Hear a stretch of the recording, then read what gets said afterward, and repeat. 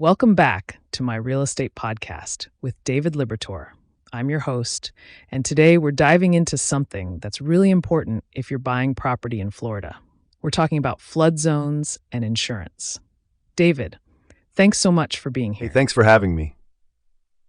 Yeah, this is such a critical topic, especially for Sarasota and Manatee counties. A lot of buyers come to me and they're really focused on the house itself, the location, the price, but they don't fully understand what flood zone they're in and what that means for their insurance costs and their long-term liability. Right? And I think that's where a lot of people get blindsided, right? They fall in love with a property and then suddenly they're looking at flood insurance premiums that are through the roof. So let's break this down. What exactly should buyers in Sarasota and Manatee be looking at when it comes to flood zones? Okay, so the first thing is understanding which zone your property is in.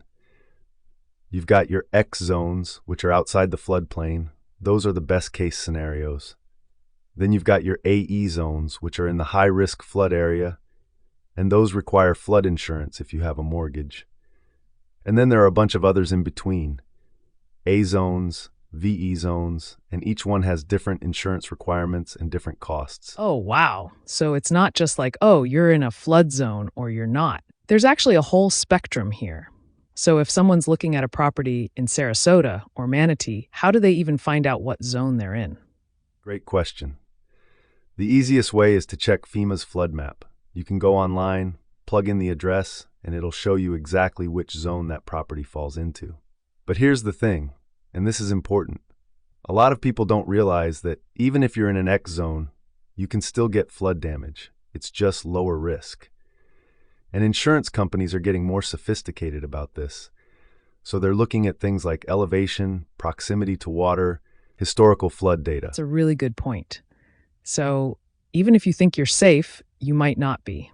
And then there's the whole insurance piece, right? Like, what are buyers actually paying for flood insurance in these counties? Yeah, so it varies wildly depending on the zone and the elevation of the home.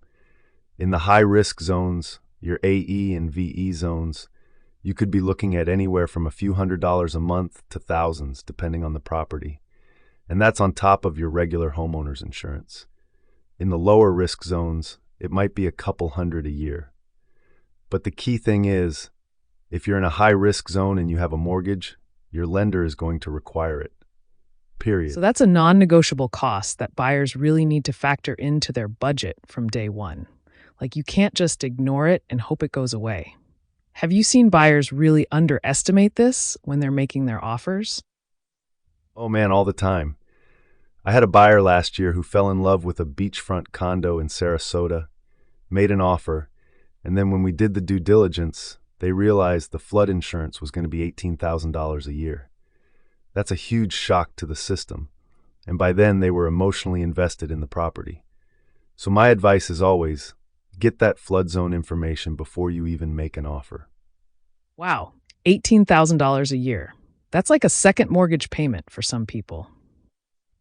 So when you're working with buyers in Sarasota and Manatee, what's your playbook for making sure they don't get caught off guard like that? First thing is education.